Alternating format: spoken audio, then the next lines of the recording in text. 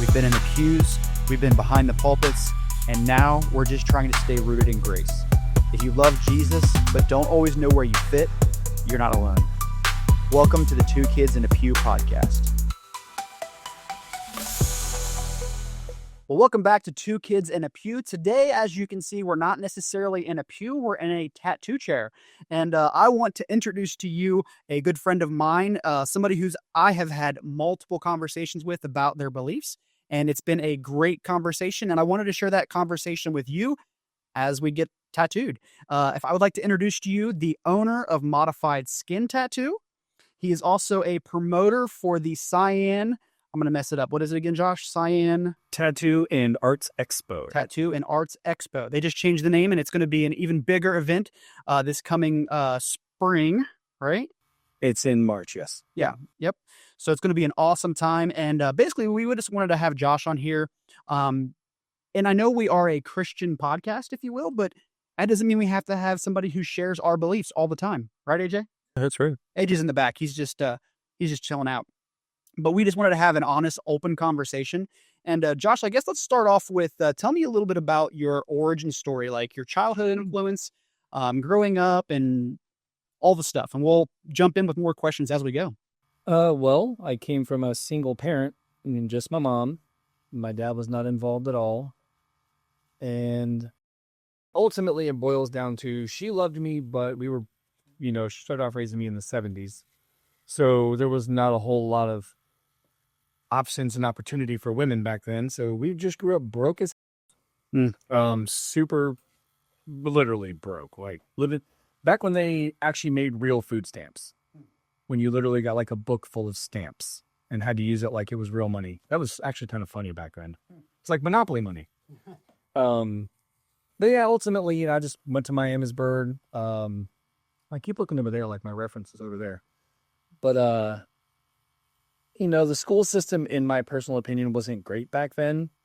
So I felt like I got myself in a lot of trouble because I was bored a lot. Wasn't very challenging. I'm going to make myself sound like I'm some kind of genius prodigy, but I feel like I was just really bored a lot. So I kept getting myself in trouble a lot, which doesn't pan out well. Yeah, life gets weird when you do that. But, it's really hard to talk and tattoo at the same time. No, you're good. So did you have any, obviously you're a tattoo artist now, and I have a lot of your work on me. Do you have, in your early years, did you have any passions of art, or was it just one day you're like, let's try drawing? And then it just kind of spawned from there? Or? To be honest, I've been drawing as long as I can remember. I don't have the greatest memory, but I remember drawing back when I was really young. In school, doodling, and then as I started to focus and really draw, I was drawing back when the original Teenage Mutant Ninja Turtles came out. Nice. That's I can remember those because I drew them, and then the movie came out, and I had to draw the movie scenes and stuff. And looking back at it, I saw a bunch of that stuff when I was cleaning out my mom's house. I saw a bunch of my older drawings, and when I did them, I thought they were amazing. And when I saw them, and I was like, "Wow, I sucked." I was not good at this. But, you can look at it and go, oh, that's Raphael. I get it. Yeah. But ultimately, I looked and I was like, thank God I'm not doing that on people anymore. Yeah. I didn't pick up tattooing until I was like 19. I didn't even consider it as an idea until I got my first tattoo. And then I was watching that guy tattoo me and I was like, come on, I could do this. Like, this doesn't seem that hard. Mm-hmm. Let me tell you, it's much harder than you think unless you just don't care. Right. But if you actually want to be good at this and you care, there's a lot to this. Well, you could tell with artists too, when they're, different people's ink you see out in the world, anybody that takes pride in their job, their work reflects it. And I could tell that just by seeing Tyler's ink that he's gotten done from you before in the past. He showed me, some of the stuff that you worked on before. So I could tell you take pride and passion in what you do. And that is a testament in itself. Thank you, man. Because not very many people take pride in their work anymore, the day that that is we live in. The American way these days. But you are right, taking pride. There are a lot of people that don't. And I was one of those people for a very long time. I just didn't understand that. Mm-hmm. I did it for more of like fun of it, ooh, I can tattoo you. Yeah. Give me $50 or whatever. Oh, yeah. Yeah. I didn't care. And that's just the real truth. I didn't care. I didn't understand that I was supposed to care either. Like, again, growing up broke with a mom who's on welfare most of your life, you don't have a work ethic. Like there is nothing that gets taught into you to, hey man, work hard, do great. Right. So that stuff had to be like, I had to teach myself that. So what's crazy, as I opened up my own studio, and who's got the book? That book, I can't touch it, but yeah, that book, yeah, it's terrible. That's the kind of stuff I was doing even after I opened up my own studio. So I was not good. I just decided I didn't want to work for other people anymore. So was that your turning point? Like, because you showed me the book before, and like it's night and day when it comes to the tattoo quality. I mean, I'm talking about the artistry side. I don't know personally about like when the ink goes in a specific way or what have you, but like, what was a turning point, you'd say? So the turning point was when I found that I was going to have a child. And it wasn't like an overnight, like, flip of the switch. It wasn't like that. I just started thinking of everything in my life differently. Okay. When I found that I was going to have my first kid, I literally sold my bike. I had a crotch rocket. It was my only vehicle at the time, actually. And I sold that because I was like, I can't obviously put a car seat on this thing. And even if I could, it wouldn't be safe. Well, so I sold it and bought a PT Cruiser. Yeah. But that whole mentality is what caused my shift in my tattooing, which my tattooing goal was pay the bills every month, make enough money to pay the bills every month. Yeah. Then it turned into, I had someone else's future to worry about. And You have somebody you want to leave them too. exactly. Yeah. Well, I didn't even think of that till later, but you're absolutely right. I just thought, getting enough to pay the bills isn't going to work. Like, this is a child, I can't be struggling for the rest of my life. And I can't make them in turn struggle and know what struggle is, because that's how I grew up. I grew up, hey, Mom, can I have a candy bar? No, we can't afford it. Right. And let me tell you, back then, candy bars were like 25 cents. You could literally get a Snickers for 25 cents. We ain't even got a quarter? No, son, we do not have a quarter. Jeez. Yeah, that led me to a whole life of fun. I feel you though, man. Like same with us. Like we grew up in a double wide trailer, and when I said we had snakes and stuff coming out, of the floorboards and stuff, you know what I mean? Like in the country area, right? In this little town that we grew up in. And I noticed like, hey, can we go to McDonald's? And no, we don't have that kind of money, to do that kind of stuff. Yeah, McDonald's that's big boy spending. Yeah, that's rich people food, bro. McDonald's is rich people food, McDonald's? Yeah. I just want a Happy Meal and a toy. You better eat this spaghetti with watered down spaghetti sauce. That's what you better do. That was my life. My favorite snack was cinnamon toast. Oh, with bread, butter, and cinnamon and sugar. sugar. Yep. I actually still like that. Only because we grew up on it. Right? Yeah. If you were rich, dude, that's awful. Your brain's like, I want Cinnabon. Yeah. Cinnabon from the mall. If somebody said, hey, you want to get French toast? I'm like, yeah, sure. I'm thinking like our version of French toast, which was the cinnamon toast. Yeah. French toast that, people are talking about now. It's cooked, and I don't like those. It's prepared. French toast has real eggs in it. Like, wait, what? So give me a little bit of the background of how you started modified skin tattoo. I know you were probably apprenticed, right? I did not do a real apprenticeship, which again was part of the reason why I was terrible for so long. Mm-hmm. That played against me, and it was some of my own fault, some of other people's fault. As I was tattooing and not doing it the correct way, people were all telling me, oh man, this tattoo is amazing, you did such a good job, you killed it, when really I didn't. And either they didn't know better or didn't want to hurt my feelings, or the people who don't want to do conflict, they steer clear of confrontation. So even if they hated their tattoo, they weren't going to tell me, right? Which I wish a lot more people would have. That's probably the one thing in this world, if I went back in time, I'd tell people to quit catering to me and be like, hey man, you suck at this. Stop doing it. Hey man, you suck at this. I'm just kidding. It was nice seeing you guys. That was quick. Can I go home? I've been waiting for this my whole career. Somebody finally telling me the truth.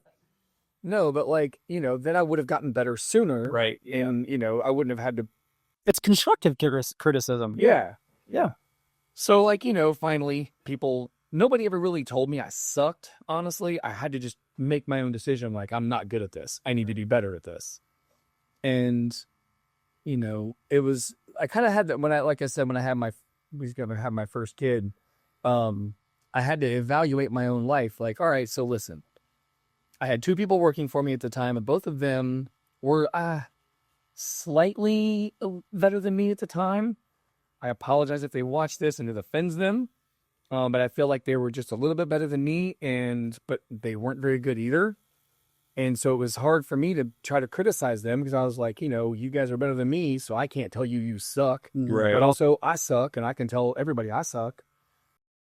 Well, again, when I found that out, I started making decisions like, I'm not going to get any better if I keep hiring people or having people around me that are just like barely better than me. Yeah.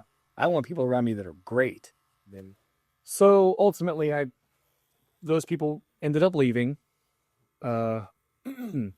Is it hard? Would you say is it hard to find people like-minded? Yes, and especially in our area, especially in the tattoo world in general. Oh, okay.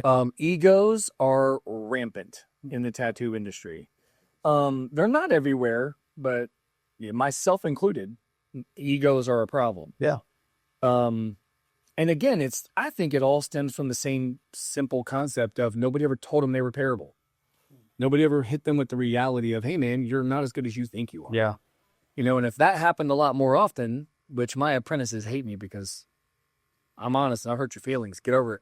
Do you want to be good or do you want to suck and think you're good? Right. Yeah. But that's what makes us better in life. I mean, in anything, not just tattooing. You're 100% correct. Like if somebody is not doing, at least par or subpar, like you should be like, hey, let's have a conversation. I love you, but let's have a conversation. Right. And it helps make them a better person in anything. Well, and it's out of love you say that to people, guys. I mean, because if you didn't truly love and respect somebody, you know what I mean? Mm-hmm.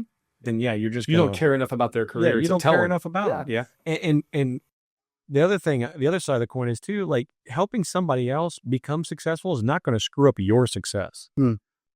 I live by that in the tattoo world. It's good.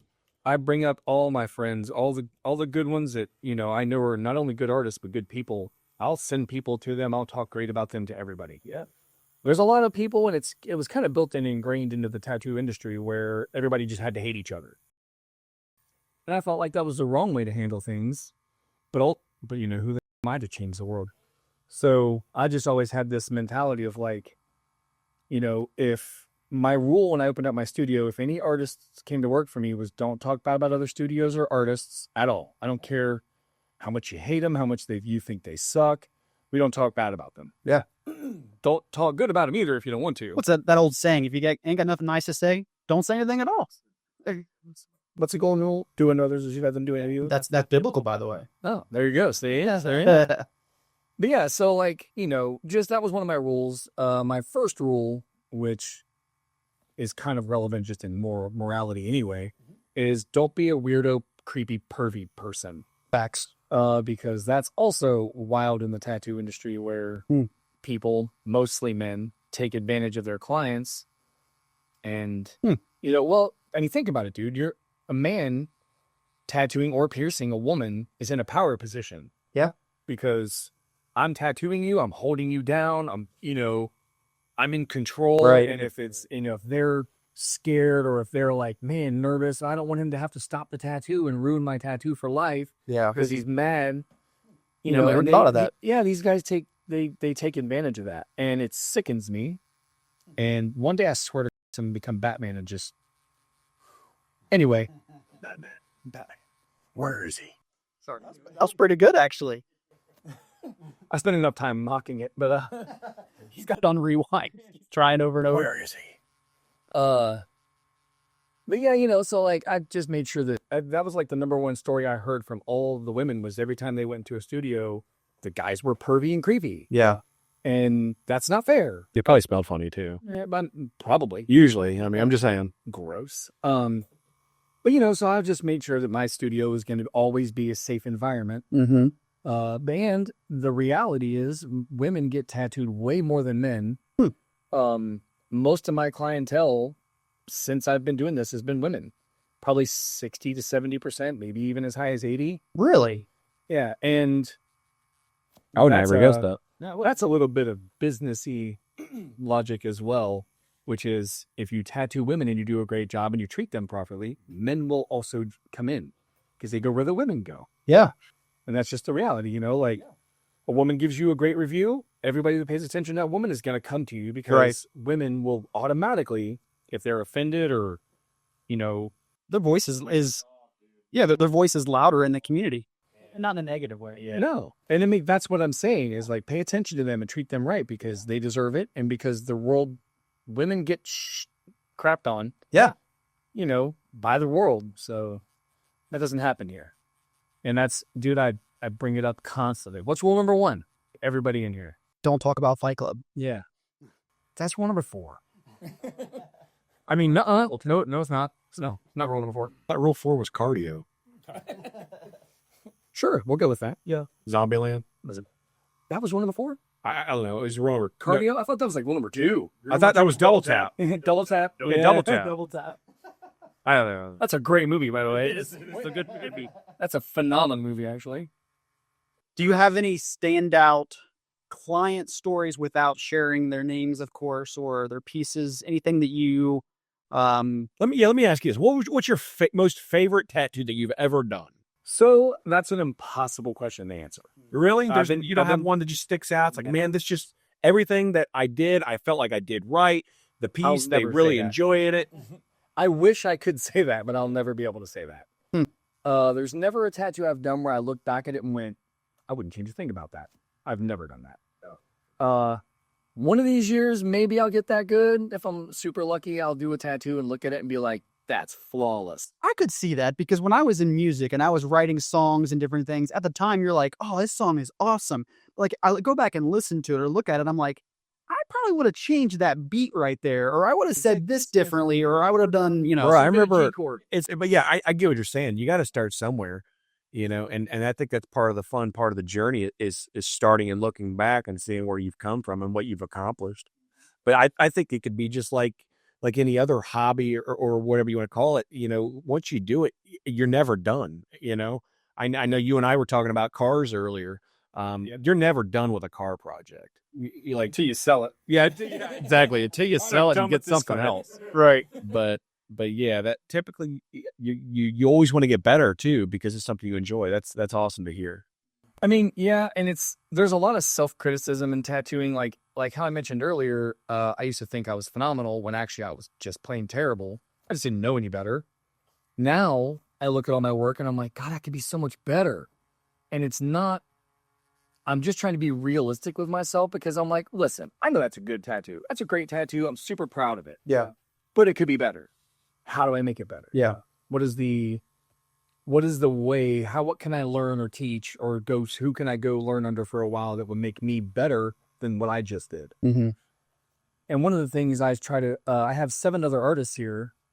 And one of the things I try to instill in them is that I want them to be better than me. I want all of them better than me. And there's a few that are on their way to literally making me be like, God, now I got to get better. Right. Like, seriously? Yeah. You know, which is what you want. You want that lift up, you know, build each other up and do great. Iron sharpens iron. Yes. That's another biblical principle. Yeah, yes. Did you tell me exactly how Modified started, or No. Okay, tell me a little bit about how Modified got started. You have a good job keeping me on track because that will happen often. So how Modified Skin got started was I worked at a studio for a little while, did not do an apprenticeship, and then didn't work at that studio anymore. So I just tattooed out of my house, which don't do. I just put my original foot tattoo. For sanitary reasons or Everything. for everything? I'll give you the whole list. You want to hear it? It'll probably take up 2 hours of your podcast. But number 1, ew. Just gross. It's disgusting. It's unsafe. Yeah. Ew. Secondly, if you're working out of your house, that means you aren't good enough to be in a studio. Come on, really? I mean, I literally was going around applying at tattoo studios, and they were like, yeah, we'll let you know. And I just didn't, nobody was ever, back to the whole thing. If any one of them was just like, hey, man, you're just not good. Right. Get better, and then come talk to us. Right. Or do an apprenticeship. You know what I mean? Like, then I would have done it the right way. Or I would have not tattooed anymore. Either way, I wouldn't have butchered people for 13 years. Right. I thought it was more like just having random strangers come over to your house would be just weird. That too. Like literally when you're trying to do it that way, you're literally inviting Whatever. who knows Yeah. what into your house. That's true. That's true. There's a local artist, I won't say his name. He quit tattooing at a studio for a little while, and don't get me wrong, this dude is phenomenal. Mm-hmm. Traveled the world. Most of his clients fly in from out of town now and did back then. Well, when he quit that studio, he just basically built a little studio in his basement, and he just had all of his clients go to his house. And I was like, dude, you're bringing people in from like Colorado Yeah. that you've never met into your home. Like, that's insane. Yeah. And I was like, nah. It's supposed to be a safe haven. At least the people that I invited in my house back when I did it, I either kind of knew them or knew them through a person, so I could get back to them if they ever did anything dumb. Yeah. I used to do that myself. I used to have a federal firearms license, and I did a little gun business out of my house. And you meet some real wackos. Yeah. You know what I mean? Yeah, yeah. And now they know you're you live. But the good part with me, though, is they knew I had bigger guns than they did. Right. So, I mean, They only did. It doesn't Is matter it how a- big it is. It's a gun. If it hits you, it's true. whoever hits first wins, usually. I would think. I would be guns. I just know that if I ever got shot, I'd be like, you win, dude. Stop shooting. Done. Yeah. You don't have to empty the clip. I'll go. I'll go home. I'll go. I'm gone. Go live your life. I'm fine. I won't tell nobody. We don't have to escalate this. Yeah. Meanwhile, bleeding out the picture. Yeah. Did you hit anything vital? Call 911 for me, will you? Here's my phone. You don't want to go to jail for murder, I promise. Anyway. Okay, so anyway. I was working out of my house, and at some point, I got busy enough or something where I got reported, and the health board came to my house and basically gave me a cease and desist.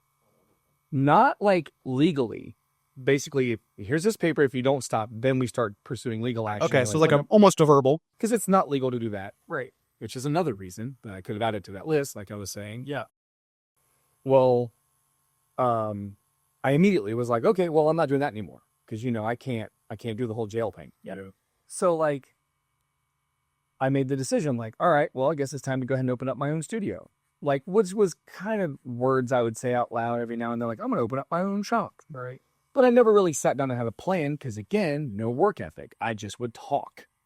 Like, let's open up studio eventually, Well, this was the Kickstarter. I'm like, hey, man, you can't do it in your house anymore.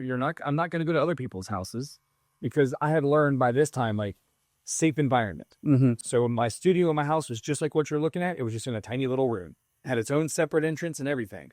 Oh, nice. If it was legal, I would have been legalized. Right. But it's just tattooing in general, that's like a dentist office, can't be in their house. Right. So that was the only thing holding me back. But the cleanliness of it all was there. Yeah. I also just sucked at tattooing and probably shouldn't have been doing it at all. But so then I made the decision, like, all right, let's open up a studio. So I did. I went and found a building. It was like 2 miles away from my house.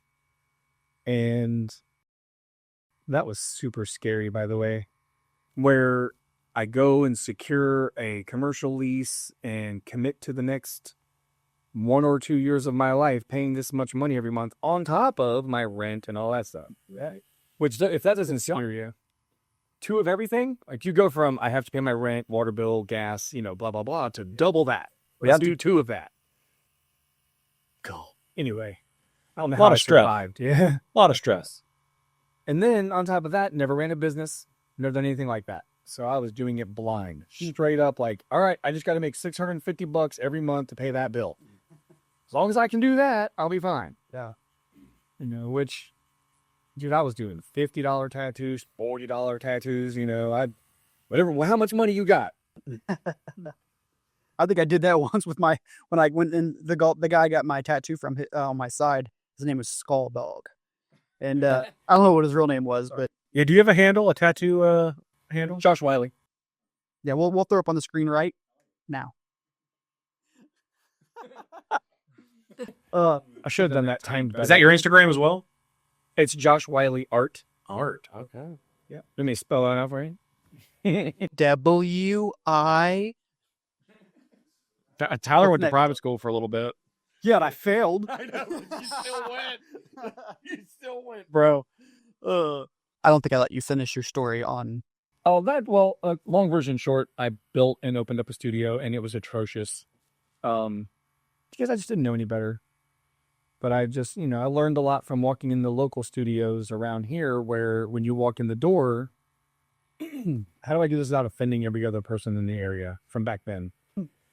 Have they grown from it? I don't know. Oh, well, yeah. So, okay. If you don't like it, do better in life.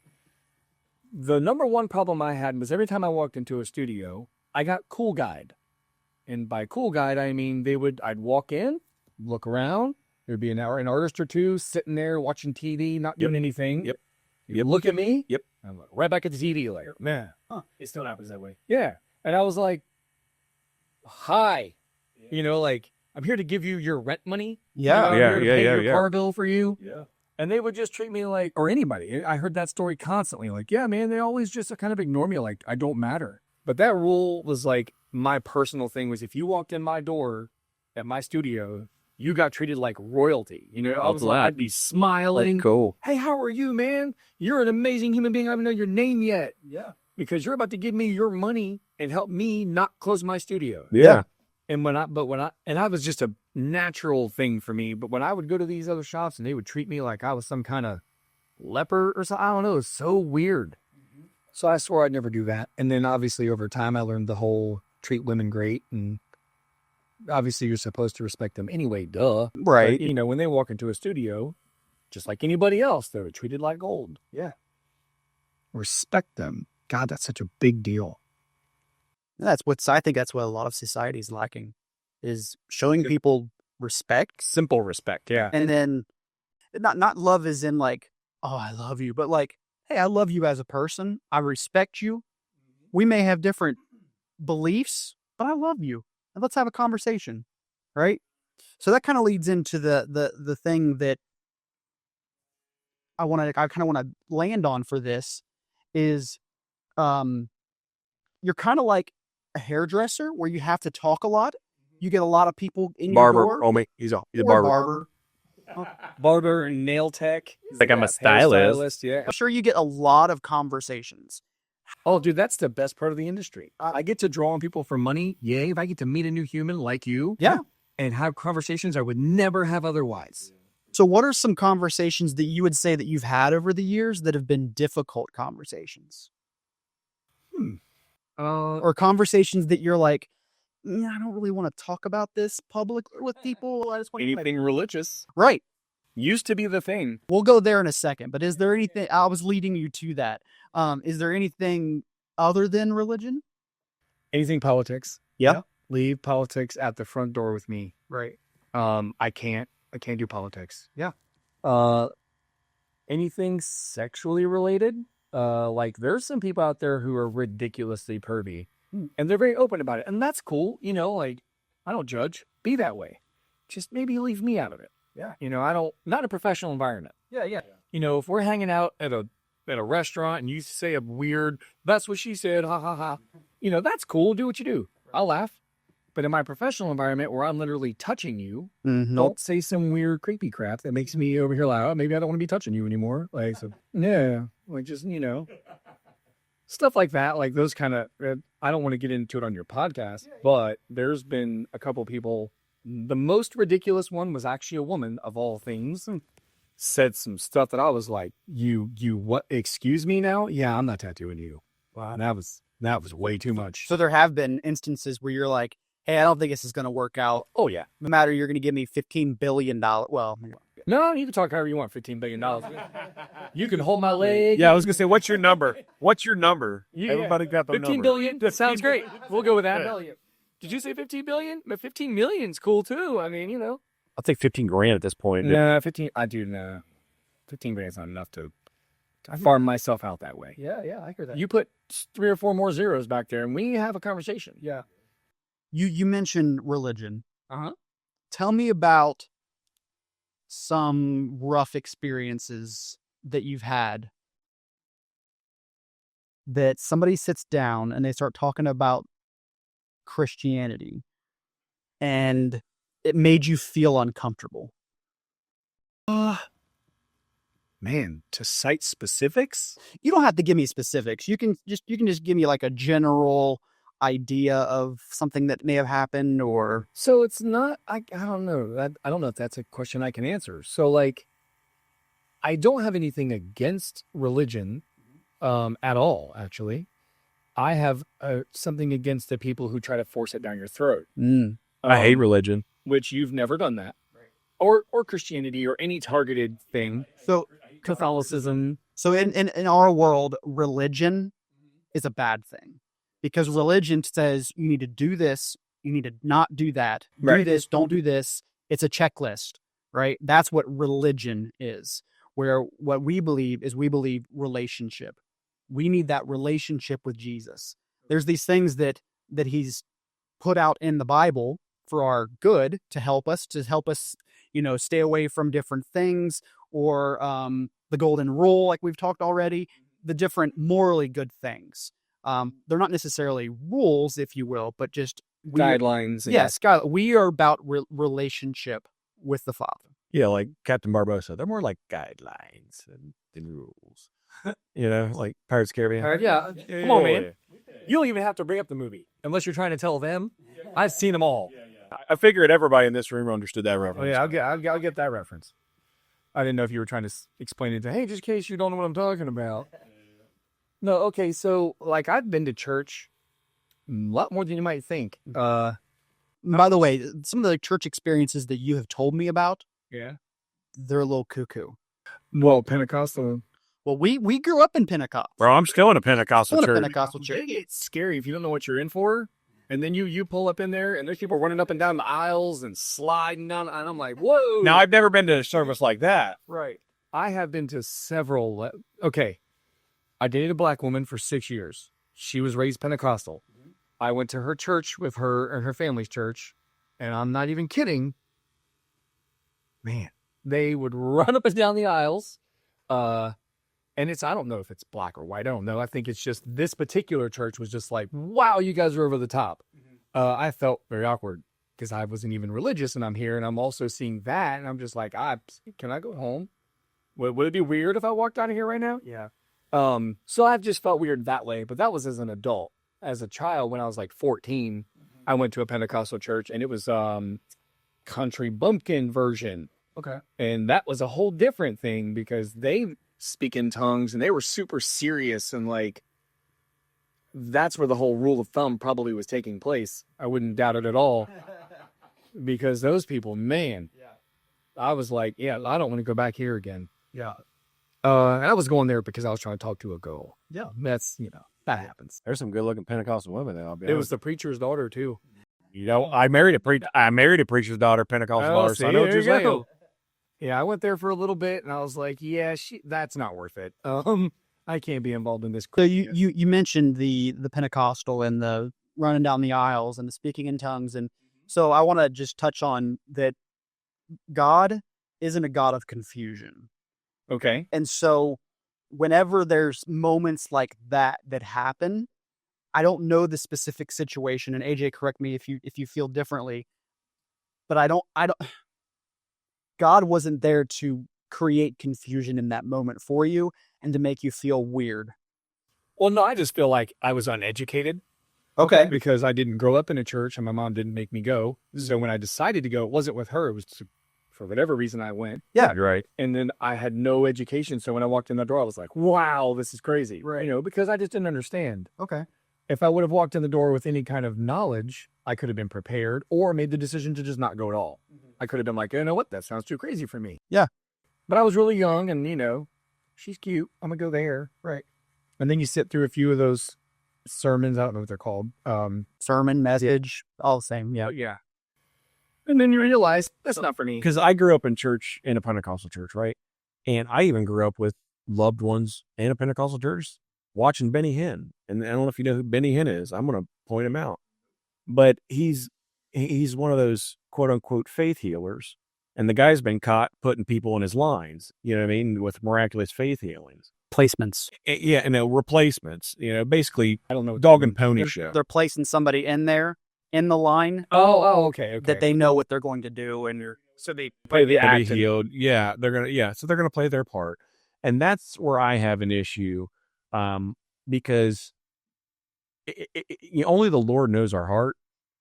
And I've been in some church services too, not even just like the church that I grew up in, but like when I was in the Marines, for instance, I went to the Pentecostal church service in boot camp, and it's not the Pentecostal I grew up with. Right. And I'm like, what in the world is this? You know, and even the pastor's like, oh, us Pentecostals like to get down with the music and all this. And I'm like, yeah, but that's not what true Pentecost is.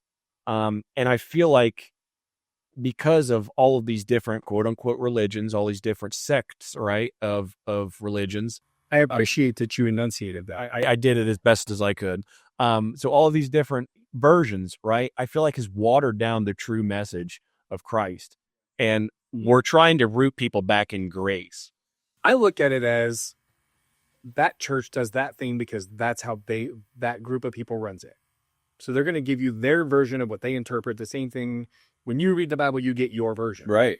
When I read something, I get my version. But to see, that's what the beauty part is. In the Bible, it says we all need to seek out our own salvation for fear and trembling. My salvation is going to be different than yours. Yeah. My walk's going to be different than yours. My walk's going to be different from Tyler's. Even if we went to the same church, we're still going to have two separate walks. That's exactly. So we both have to have two separate relationships with Jesus, because that's what's going to work out for us. For instance, I'm not going to, you ever see the TLC show of, Trading Housewives or whatever, right? It doesn't work out. Right. You know what's funny? There's usually one woman that's ready to murder the family. You know what I'm saying? Like, I know one of the women that was on that show. Do you really? Oh, wow. Yeah. Yeah, So, I know the tattooed one. but yeah, their husbands, I guarantee you, were begging for their wives back at the end of the week. You know what I mean? Because they're not used to that relationship. It's not working for them. I've even had people say, I don't know how you and your wife say or do to each other what you say or do, because we are bluntly honest with each other. And it wouldn't work for some people's marriage, but it works great for ours. And that's why you have to, stay rooted in what does the Lord want you to do. That's why I try to keep that relationship. I'm in, the Bible. What does he want to say to me today?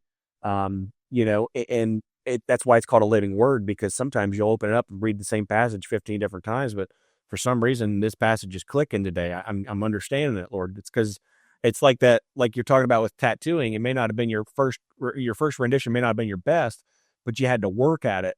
And once you finally got to a spot, you're not fully done yet, right? You want to get better. But you're slowly, you got to take those baby steps as a tattoo artist. The same thing with being a Christian. And I'm sorry, number one, that you had to see that. I saw it too. I know exactly what you're saying, because I've been to those church services where and they're running up, and it's like, buddy, what is in that person? What kind of Jesus is that? Because that's not what I'm receiving right now. Well, and a lot of it depends on how you go in, like what attitude you're going in with. Exactly. Like as an adult, when I went in, I was going to try to be good for my girlfriend, and I was trying to be there for her and her family. So I was looking at things differently. As the first time I was in for myself. Like, what I'm trying to get a thing out of this. Mm-hmm. But I've also been to a Catholic church twice. Unfortunately, it was for a friend of mine who lost her dad first and then her mom. Oh, man. Yeah, so that's the only reason I've ever been in there, and both times were for her and her sister to be there for the service. Or the funeral service? Yeah. I bet that was a long day, too. It wasn't that bad. Really? That's good. Yeah, that's good. But, man, let me tell you, was I lost. Oh, yeah. The first time. The second time, I was fine, because I was prepared. But the first time, she didn't give me any information. I mean, it was long, but I think because the first time I went, it was so new to me that it was all... Time went differently. Yeah. Because I'm learning, also being weirded out. I was really weirded out the whole time. I would have been better if she prepared me. But it was the thing where I finally got lost was when, I don't, what are they called? They're not called preachers. What are they called? Bishops? Is that what they're called? Priest, father? Priest. Priest. Oh. They come out on the stage, they start talking, and then the whole crowd says something, like the chanting, right? Yeah. Oh, I know it. So, okay. They would say a thing, and then the whole crowd would say something different, which is what threw me off. Because I was like, it'd be different if they said a thing and we repeated what they said. Right. I could jump on board. Right. Yeah. So they would say a thing, and then the whole crowd would say a different thing, and I'd be like, all right, so is there like a book I'm supposed to be looking at to reference this? Because everybody really else confusing. is just sitting there staring at the whole... Yeah. They like know what they're doing. And I'm not at all. So then I got real like, I'm just going to sit here. Yeah. I'm just going to not talk or move. And then it was finally over, but it was like, dude, I was like, this is like the Will Ferrell on weirdest. Anchorman. What do I do with my hands? I have no idea. That was Ricky Bobby. So it was Ricky. I knew it was a Will Ferrell one. Yeah, but either way, I just was clueless, and nobody gave me a warning. Which, and then I went to the second one, and I knew they're going to be doing some chanting soon. They're going to be doing some stuff home soon. and learn that what you're supposed to chant. Nope. Yeah. He's like, well, I didn't know. But then it's different. Yeah, I didn't know I was going to be going back for another one. You know what I mean? I thought I went to. Oh, it was a funeral, so yeah, that you wouldn't have been prepared. And then they did the thing where they have the little chain with the ball, and the ball has smoke. Yeah, it's supposed to be Holy. It's back. I know that's supposed to be the Holy Spirit. Yeah, oh really? Yeah. But I was like, like, you guys couldn't have picked the worst human being to have at your dad's funeral, because I looked so lost there. I'm like, I'm so sorry. I'm sure they appreciated you being there. No, they did. They're sweet people, and nobody that I could see judged me. Right. And I obviously was old enough to go, shut up, don't talk, look normal. Yeah, Don't just be blend in. weird. Just blend in. Yeah. And then, that worked out well enough. But yeah, that was I've been to Christian churches and stuff, at least what you would assume back in those days was a standard, if you want to call it that, Christian church. And they were honestly boring. You were just like, can I go home? But I was little. So, Yeah. I don't care about your Sunday school. I don't care about you. Let me go home. I just want to go home. So tell me, the question I'm going to ask is a very straightforward question. Okay. What do you believe? If you don't believe, I believe it's possible. okay. I'm not, what do they call atheist? Right. I'm not an atheist. Agnostic. Agnostic is closer. Okay. Billions of people on the planet who believe in a God can't all be wrong. Right. But in my experience, I'll find out one day. Right. Because it is a faith-based thing. Like, you just have to believe it. There's no real proof. You just have to, And I look at it very simply, which is anybody who believes in God and lives their life the right way and is nice to people and is just, just be a good human freaking being. How hard is that to do? If there is a God, you'll find out and you'll be in heaven and life is good. And if there isn't one, it won't matter. You know what I mean? Yeah. Like which obviously you guys believe there is.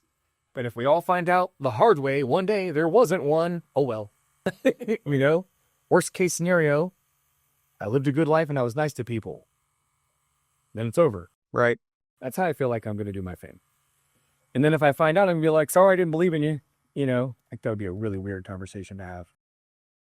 Turns out everybody was right, huh? Sorry about that. Sorry about that. He's going to be like, you're not funny. Hell. Well, I mean, I'll tell you why I believe it. And I try to look at it from like a Joe Rogan logic standpoint. Right. I like Joe Rogan. So from a logical standpoint, other than if we got rid of the Bible altogether, there were historical figures that wrote history, like that wrote what they saw down in the same period of when the Bible says, Jesus of Nazareth lived.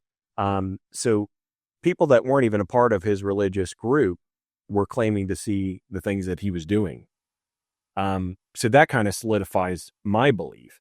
And then Historically, he's a real being. yeah, historically, the guy's a historically accurate. He's no different than like Ulysses S. Grant or something that we Right. learn about, right? Which we just believe because we were told that person Right. exists. Right? True. Yeah. But then my supernatural experience on the side of it, I'm sure with us being in Dayton, where Dayton Miami Valley Hospital is. I definitely do. I had a serious motorcycle accident on 22 and 3 in Hillsboro. So we haven't really talked about your motorcycle accident, AJ. Let's dive into that Yeah, a we little can dive bit. into that a If little you're bit. cool with that, Hey, Josh. this is about me, man. No, I'm just kidding. But Of no, course. I'll make it short and sweet. I mean, we can leave it a cliffhanger for the most part. People want to tune in for another episode because that could be a whole episode itself. But there was a point where I next episode. See, Right? keep people involved. Yeah. Part 2. But the short synopsis point of it was I flatlined. I saw the Lord. I saw his nail scarred hands reach out for me, and I went to reach in to be accepted. And then he went from this to this. He said, "No, Not yet. Not yet. Mhm. I've got to work in store for you." Okay. And so he wasn't even specific. That's all I heard was, "You got to work in store for me." And it's like, okay. So I feel like ever since that experience, that happened when I was 18 years old. Wasn't it like the day after your birthday? It was the day after my birthday. Yeah, day after your 18th birthday. I mean, I should have been dead. I know we talked about that earlier too off camera. That, if I was a cat, how many lies have I gone through? Same, actually. And the dude appeared to me. I saw him as plain as day. It was like a white room of the Matrix loading screen is what it felt like. And he told me, go back. And so ever since that happened, I've even wondered, okay, Lord, what do you want me to do? That's all I ever ask him anymore. What do you want me to do? I'm listening. What do you need me to do? And that's where I try to have that personal relationship every day and day in and day out, because I want to get my Martian orders from the guy who literally saved me from death, number one, so far, right? And he's also saved me from the second death of being casted into hell by my own choice. Because that's we're going to cause ourselves to go to hell. The hell was created for the devil and his imp fallen angels, and we are the ones who are choosing this day whom we're going to serve. Are we going to serve the Lord, or are we going to serve, another master, which is not the Lord, which is going to be devil or one of his imps? And if we choose to serve not the Lord, we know where the route's going. I don't want to go to that route. I mean, it's been hot here in Ohio over the past few days, and if that is any inkling of what hell's going to be like, don't sign me up for that. I don't want to deal with that. Well, in my world, that to kind of emphasize your point slightly, I don't want to fear hell to be good. Yeah, no, Be a good person. yeah. I don't want to have to worry about what are the consequences if I die. It's more like, how about I just don't be a piece of human being? I just be a good person. And there's nothing wrong with that either, but there's going to be a lot of good people in hell. So what I mean by there's going to be a lot of good people in hell is we're the ones that's going to send ourselves there. Our God, our creator, basically wants a relationship with us. He wants to know that we care, kind of like, us with our own children. It's nice. Like your children have free will. My kids have free will. But it's nice when they come to dad open-heartedly and want things from dad. When you start getting that relationship from your kids, you find out as a father, you want to do more for them when they're appreciative and they're not spoiled little turds. You know what I mean? Like, at least that's how I feel as a dad. So just acknowledging that you have a creator. So that's number one. You said, so you believe in that there's a God, right? That something created all of this, right? The next step is he wants a relationship with you. Now, how do you have a relationship? It's not the Catholic going into saying the words, right? There's nothing in that. The checklist that the checklist stuff we're talking about. There's nothing involved with that. You can even feel it in your spirit that it's not tugging on your spirit. There's nothing here. In some of the other churches that you've been to before too, what the crap are these people doing? Running up and down, swinging from chandeliers, probably holding snakes, whatever. I don't know. That's not the version of Jesus that I want. The version of Jesus that we're trying to spread to everyone is the relationship that he wants with you. And it's no different than just talking to him the way we're talking right now. I would love to encourage you, if you're the type of person that would love to, build up your inner faith, if you will, just to have your own private conversation with the Lord. Like, hey, what's up, God? And I invite you to invite him into your most vulnerable places and spaces, the stuff that only you know about, that you don't have an answer for. Invite him in and sit back and watch, because when you do, man, your world just blows up. It's like the Matrix. That sounds terrible. I'm just kidding. Right? Yeah, but it's almost like just blows up. Right? Yeah. It's you really realize, where your place is at in the world, and he has a place for you because of this relationship that he wants with you. He can elevate what you're doing beyond what you even believe that you're capable of. And I know that almost sounded preachy, but I know AJ, and that's not preachy. It's good-hearted. Yeah, I get it. Absolutely. And our goal wasn't to come here and to convert. Ambush me, jeez, guys. Absolutely, that's not our goal. You dirty SOBs. You see here? And that's why I asked you to come on here, because you are open-minded. You will talk, and you have curiosity. And sometimes you don't always agree with me, and I don't always agree with you. And that's fine. Right. We are still two individuals. I still love and respect you. I don't know if you love me, but I know you respect me. I love you, man. Yeah, absolutely. Oh, I'll tell you this right now, and I was joking with you earlier, can I kiss you on the forehead? I've always been accused that I wear my heart on my sleeve, or, I wear my emotions on my sleeve. But at least, I'm real, and what I say is real. I'm not one of those type of person that's going to run you down the road when I leave here. what you see is what you get. I'm very point blank like that. And I can see your heart right now, what kind of man you are, just from our conversation before Tyler even got here. Yeah. I can tell what kind of guy you are, and you've got a good heart. Don't tell people. Well, I'm going to tell everybody. No, I'm just I'm just kidding. But it's opening your heart to the Lord for that relationship. How you would if you're, let's say, looking for a significant other, back in the dating game, right? Looking for a girlfriend, you have to open your heart up. And sometimes it gets smashed, right? I know we've opened our hearts up in many church services. Sometimes it gets smashed by own believers too. We don't understand why. But when you open your heart more up to the Lord, He'll never fail you. He'll never leave you or forsake you. He'll stay closer to you than any other, than a brother. I've gone my whole life on my side, because I don't know if you've caught up and seen some of our other podcast episodes. I've seen a couple. A little bit on my background, and you might have heard this. If I'm repeating myself, I'm sorry.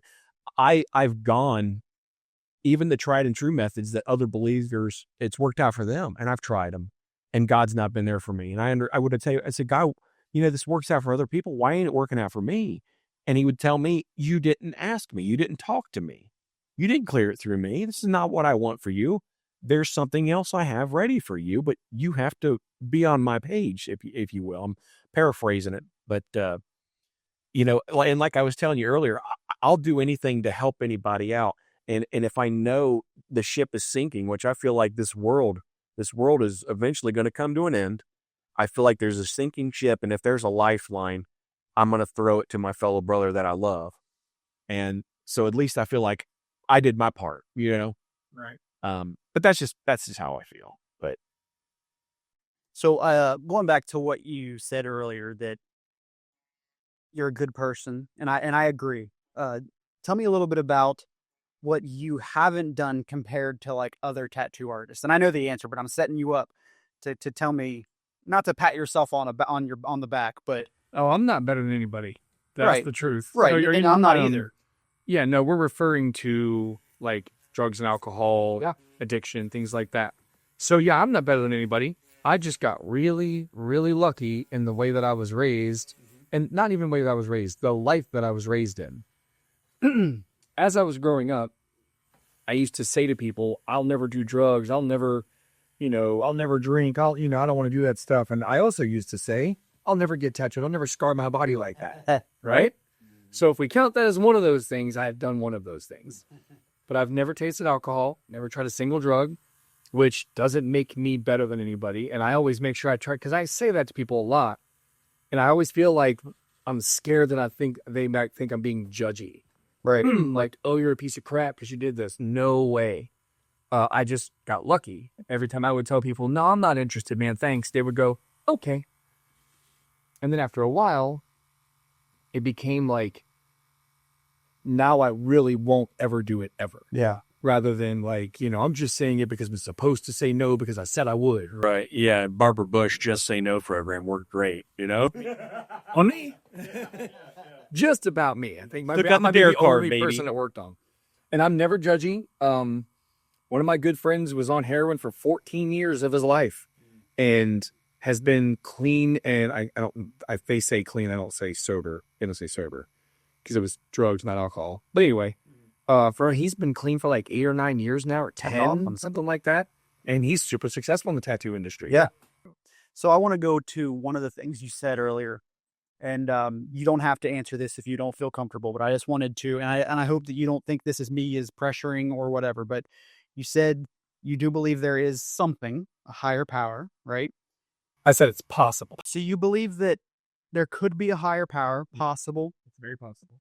And you said that if the day comes where you're gone and dead, and now it's time for you to meet your maker, so to speak. So if I go there and I find out that it's real. Jesus is real. God's real. Okay. And from what I believe, and in the Bible, what it says is, and again, I'm paraphrasing here, that it says, I do not know you, depart from me, because you didn't have that relationship. What would be, if you knew that, and it was like, what would your thoughts be on that? Well, would it matter? Let's ask that question, because I didn't know him. Your soul. Well, no, I mean, I'm saying if you're asking me that It would not matter to him. right? But you're saying if I was standing there, it was too late. Like I'm already right there in front of him and I'm being judged or whatever. Right. It's too late. Doesn't matter what I say, right? Sure. So it doesn't matter. Here's how I look at it too, because I understand the whole, I don't want to use it as a fire emergency escape, right? Like I don't want to use God as for fear of going to hell. Right. I don't want to either. Exactly. Right. I look at it as not on a fear side, but as, for instance, me and Tyler, we lost our grandfather a couple of years ago. He's a believer in Christ. I have the faith that once I die, because I know I'm not going to escape death, right? I did once by the grace of God. We talked about it earlier. But I am eventually going to die. And as long as I'm bringing my kids up in the same hope and faith that I've been brought up in, I will at least get to reunite with my loved ones if they follow the same path that I've created as well. That makes sense. I have a question. Yeah, absolutely. So my question is this.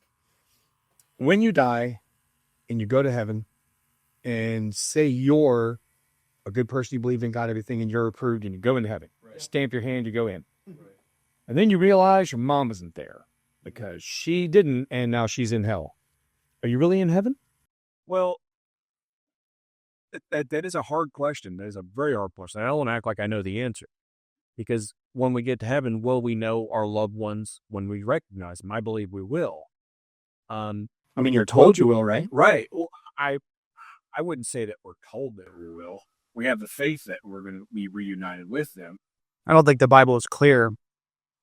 I could be wrong. I don't think the Bible says anything specific on that. Be so joyful the fact that we even made it that I honestly don't know, because I will tell you this: what the Bible says is that we will get a new body, we will get a new heart, right? Mm-hmm. Because this old body is going to pass away and deteriorate, and I think with our new body and our new heart, we're going to be programmed different, if you will. Does that make sense? Because the Bible does say that when we're in heaven, based off of faith, that's a faith answer, right, for you right there. I and can't give you a solidified answer. And but the Bible is clear that when we are in heaven, there is no pain, there's no anxiety, there's no ADHD, there is no bipolar, there's no suffering. Like there is none of that. So to say if a loved one wasn't there, not that I'm dismissing that person because their life was very valuable. How do we know? How do we know they didn't make it? Right. Well, because aren't you supposed to see them and be around them? And I'm not going to be floating around like this on clouds. Again, I don't think the Bible tells us specifically if we're going to know our loved ones, not know our loved ones. There are religions out there that believe that if you're married, you will be with that person in heaven. I don't have an answer for you in that. Okay, that's what I wanted to hear. Yeah, I don't have a true answer according to what the Bible says. My own personal belief, I believe we're going to be as unique as the tattoos that you put on people. I think we're going to be energy of light. Our soul is going to be light. I think we're all going to have different colors of light beaming off of us. That basically shows who we are. And I don't think we're all going to have sexual parts either. You know what I mean? What's the point of that? You don't really need that. Our spirit's different than our physical body. Kind of like when Doctor Strange gets shoved out of his body in Marvel movies. You know what I mean? Like it's going to be different. And him saying that, I don't necessarily agree with that. But that's just his what he thinks. That's his way of viewing it. Exactly. Yeah. So there's no biblical, at least to my knowledge. If I'm wrong, please send me a message, correct me. But to my knowledge, the Bible isn't clear what we're going to look like in heaven or how we're going to think. Okay, so then. Okay, I have another question. Yeah, absolutely. I'm doing devil's advocate stuff here, which is probably not the right thing to say. No, this is what we want. Devil's advocate. You know how many times I did this in the pew growing up? I did the same thing, brother. Yeah, so this is great. Wrong with asking questions. So how do you know? You don't. That's a faith thing, right? Well, how do you know when you get there, he's not going to be like, well, you believe, but not enough.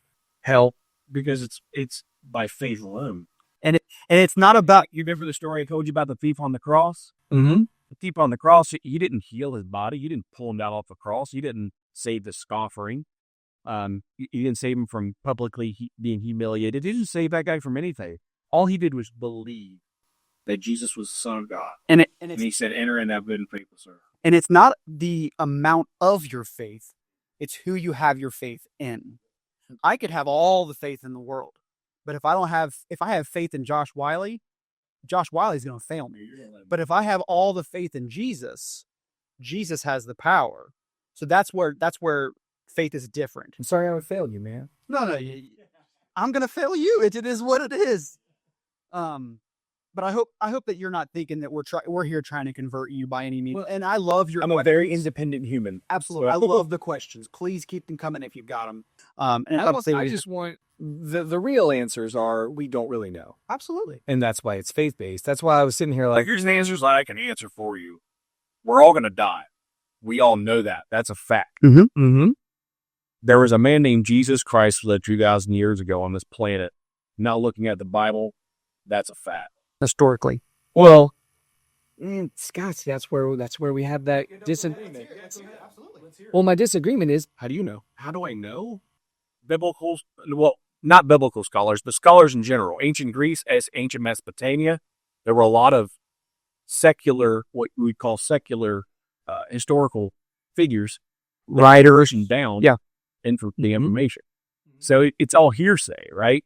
Now, the same thing with the Gospels. A lot of people wonder how, all the different disciples came up with different Gospels over, the time span that they did. Everybody has a different variation of what they saw, but nothing has really contradicted itself. That's what blows my mind. There's too many mathematical anomalies For it not to be real. There were That's what blows my mind. oh man, I'm gonna mess up this quote. There were 2,000 some different prophecies. Is that right? Am I right on the numbers there? There's a lot. There was happy resell. Well, no. I'm talking about pre-Jesus. There were 2,000 some prophecies that happened that were written down at least 400 years before Jesus was even born. And Jesus fulfilled 2,000 plus whatever that number is prophecies to the T. And how do you know that? It was written. It was written down by I mean, but think about that. We live in an age now where, seeing used to be, believing, right? But with AI and artificial intelligence, you can't really believe everything you see nowadays, right? True. With back then, it was low tech, low budget, everything. You can't fake things like that. But it's all written down. But for let me you. say, You can absolutely I fake it. do see your point, 100%. I know what you mean. Some guy writes something down. Is it true? Maybe. Well, I get it. of having Several men spread over multiple continents over hundreds of years coming together with the same possible. Do you want me to answer you? Absolutely. That's okay. So my answer is simple. What if it wasn't written by all these different people and it was all written by one guy, King James?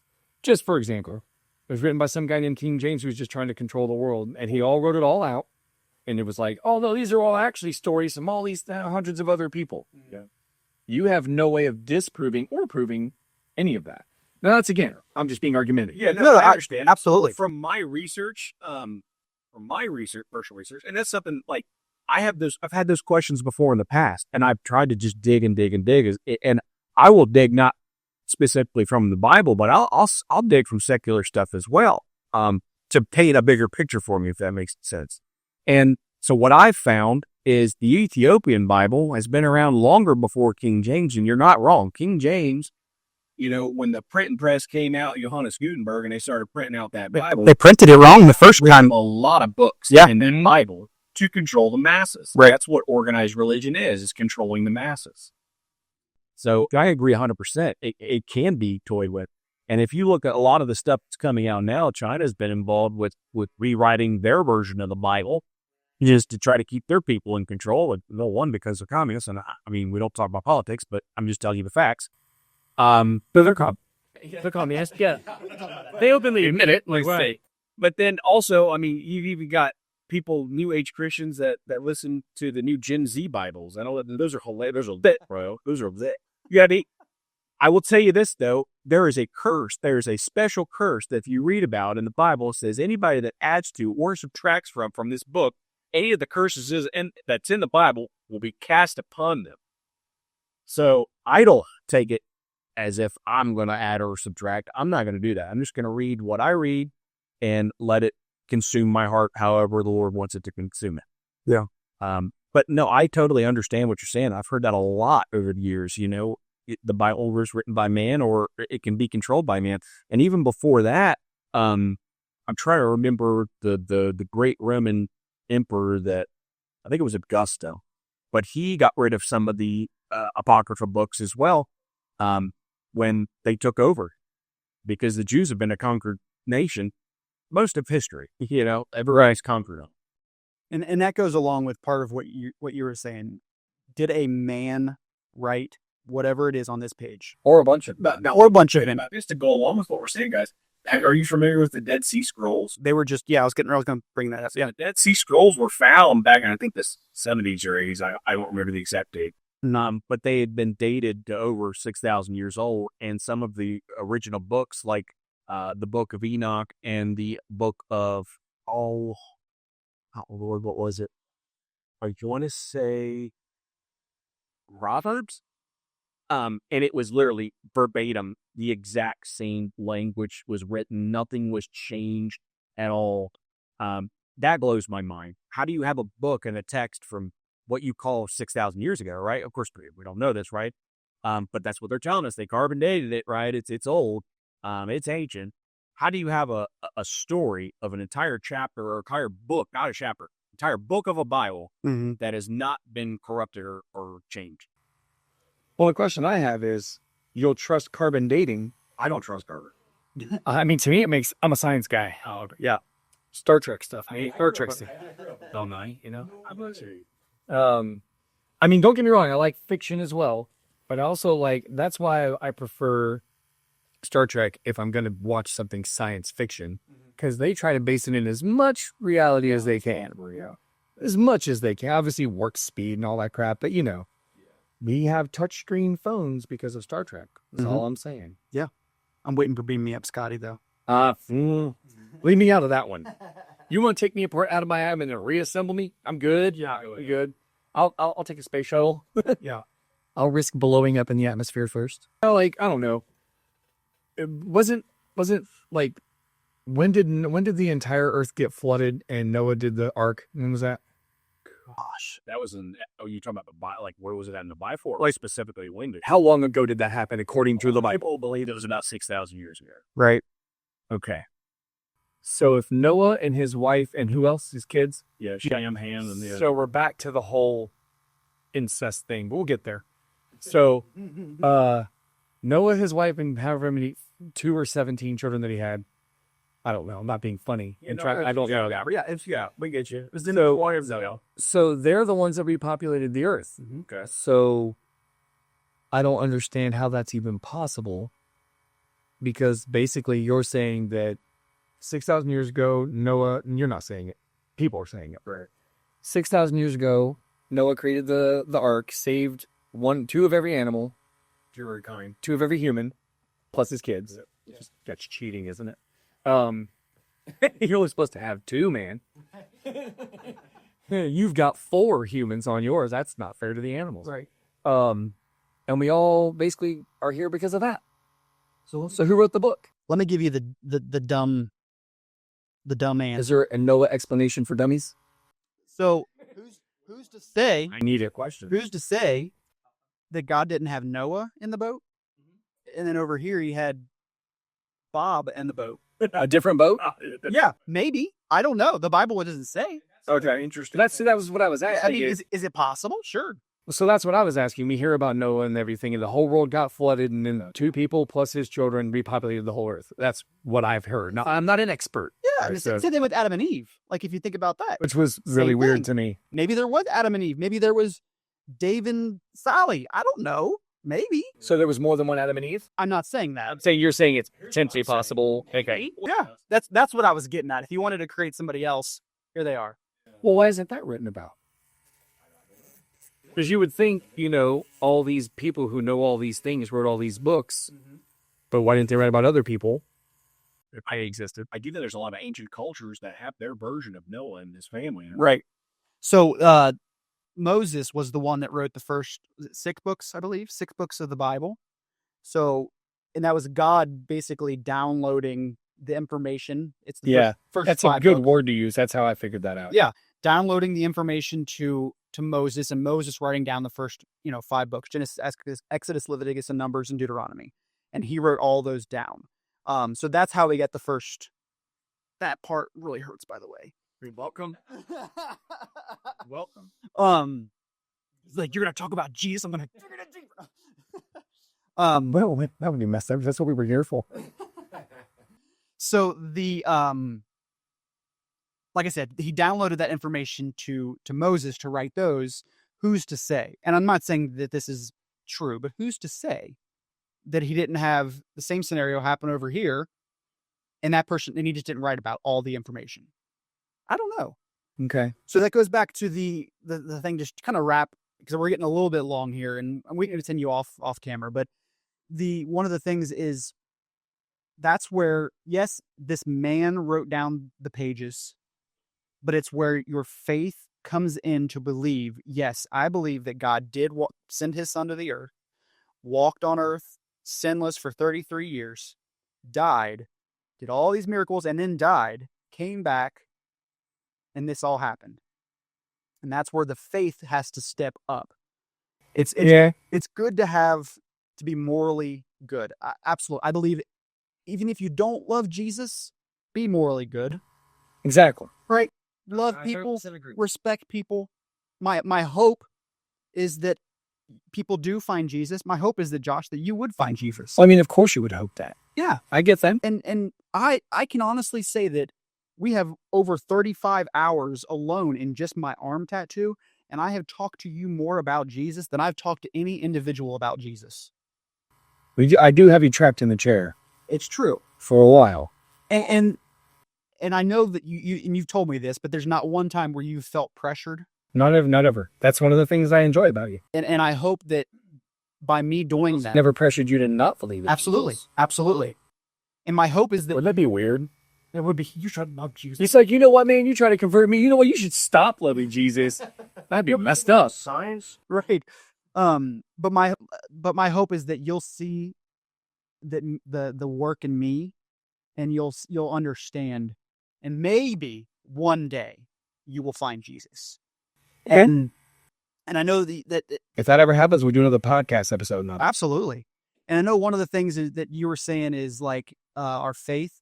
And what was it that you said earlier? Let me think of it. You said something like, sure, you're a morally good person, but what's the point if when I get there, I can't remember what it was. No, so basically I was saying, if God does exist and you're a good person, you did right, you believe in God, you do everything that he said, and then you get into heaven. Yay. But if God doesn't exist and you were a good person, right, you were a good person. Right. So what's, you know what I mean? Worst case scenario. Yes. And but if you're a piece of crap human being, you're automatically going to hell anyway. So my thought process is, what's the benefit if I don't believe in God here on earth, and then I am a good person, which is awesome. But let's say I do get to heaven and there was a God, now I'm going to hell, whatever. Okay. But then let's rewind. What's the purpose on earth?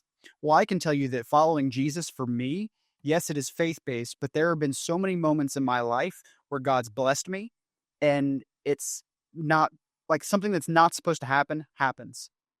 I am right now, and I talked about this in an earlier podcast, I do not have a job, and I'm looking for a job. And this tattoo, by the way, is me and Josh do trade work. And we do shirts for his convention and we just trade back and forth, basically. And I can tell you that I have not received a paycheck in over a month, and not one time has my family needed food and haven't had it. Okay. There hasn't been a time where I'm getting a little bit low in cash and I get a phone call from somebody and they say, "Hey, I'm giving you this money," and I get it out of nowhere. And is it from your business sales and like things that you've put into effort in the universe, or somebody just says, people, I'm giving you $200 because you need it? People. Okay. Now, let's just say that you were a good person and you treated everybody nice all the time. And let's say yep, Jesus wasn't involved and God didn't exist and all that. Mm-hmm. You're saying that if you didn't have faith, those people wouldn't have been, possibly might not have given you? No, I'm not saying that. It's possible that they may not have. I would say yes, because human beings are selfish up there. We're all selfish. That's a very cynical view of the world. Human beings aren't selfish. I think what he was saying is the majority is what he's getting at. The majority People that have given you money, I don't think it's just because they believe in God or that you believe in God. I think it's because you're a good person. No, I agree with you. They are giving it to me because they care for me, they love me, and they want to see me succeed. And they don't want you to struggle. And you Right. do have 2 children. Right. But like in my view is God has placed it on their heart to do that. Let me ask you another. How much time we got? You keep going, man. Have you ever in your life struggled really bad? Or have you, and be honest, I've lived a pretty decent life. So what was your struggle? And I mean, were you ever homeless? Were you ever stabbed by somebody? No, I wouldn't say that I've never been stabbed, thankfully. Okay. Or shot. That's a good thing. Never been homeless. I've been negative in my account quite frequently. Money-wise. Yeah. Financially. Yeah. Okay. There have been times where we've been negative on our account with children. Okay. And as crazy as that sounds, God's always provided. Yeah, Jehovah Jireh is my provider. Am I on camera doing that? Go for it. You're not going to hurt my feelings. Oh, God. But one of the things I don't like in this world is when somebody gets credit for something that they didn't necessarily do or didn't necessarily deserve. I'm not saying God doesn't deserve anything, because if he is real, duh. But I'll give you an example. There's a guy who worked in my studio for a while. I'm not going to say his name, keep peace. But I put in a lot of effort into my team, sacrificed a lot actually for them, and built them up. And I put in more than they know, and probably, I'm not trying to rub it in their face, but more than they know. Yeah. Well, they all decided to leave to go with that guy when he opened up his studio because he was really good at manipulation. Mm-hmm. Somehow or another, he got all the credit for all the work I did, which kind of takes away from me in a way that I don't feel it's fair that if you worked hard and you and your wife worked hard and you guys both put in all the right blocks and built up all the right things to where when something went wrong, good things happened because you set yourself up so well that you would just turn around and say, God provided. I'm not trying to take away from God. I'm trying to say you're kind of taking away from you, right? Because you put that into, you earned that. Right. Now, it's different It'd be if selfish to say that you did it all right. not all of it. I'm just saying you're taking away from yourself. Right. So it's a middle ground. Middle ground. Yeah. Maybe because you built these blocks was because you had faith, and you're right. So it's kind of both. But to just give all the credit, just give it all away, it's not fair. Like, The way I try to live my life, and maybe this isn't every Christian, I hope that it is, but the way I try to live my life is I don't do anything in my life for me. That's my ultimate goal. I mean, I want to take care of my family. I want to make sure they're fed. I want to make sure everybody's, doing what they're supposed to be doing. But when I do things, I don't do it for me. I do it to build others up. I do it to further God's kingdom.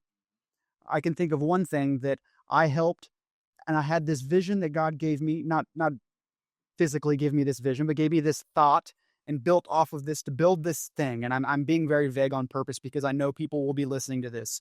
But God gave me this vision to build this thing for an event, for things to happen.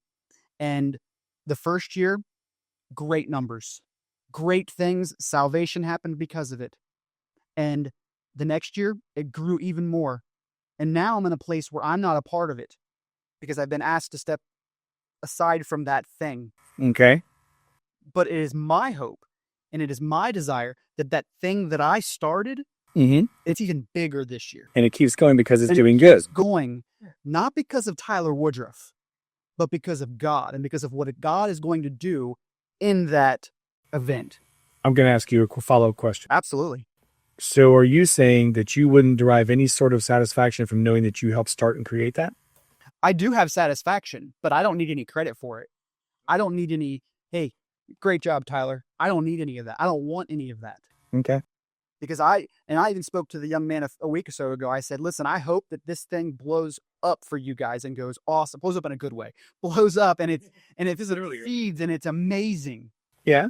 Because it's not about Tyler Woodruff. What you were building wasn't about that. Was it religion, faith-based? It was faith-based. Okay. So then your intentions in the beginning weren't to build a business that supports you and your family. It was building a thing that eventually is for other people. So in a sense, yes, but that was my main source of income for my family. Oh, okay. So there was an income involved. Okay. I didn't know that. Yeah. It was part of my position at a church, was to build this thing. And that wasn't my full job description, but that was part of it. So, and again, I'm not in that position anymore. Right. But my hope is that it keeps going. It will, because it helps people, right? Absolutely. Okay. So that's why I'm on board. That's why, I hope that all believers are in that same mindset. So Okay. I know we're going long. Is there anything that you want to tell the crowd out there? Tell any believers or? Man, the simplest logic for me is keep an open mind no matter what. Because I have an open mind when we talk. Yeah. And if you ever make a good point or a valid point that makes sense to me, I'm like, no, that just makes sense. I am on board. I would keep an open mind no matter what. That's just the world I live in, though. Yeah. You can't grow if you don't have an open mind and you're not willing to listen. Well, Josh, thank you so much for coming on here. I hope that you didn't feel like we were pressured. And That's why I agreed to do it, because I knew better. Absolutely. And I'm so thankful that you were open-minded and you had this conversation and you gave us great questions back. And the answers that we gave, sometimes we don't have, but you know what? If I can find it, I will let you know. And if you haven't already, go make sure you follow Josh on all of his social media platforms. I will put them all at the bottom right here. The fun sound. Oh, sorry. And thank you guys so much for checking out this week. AJ, you got anything to say? Love you, Lord, love you more. Stay safe. Yep. We'll see you guys next week.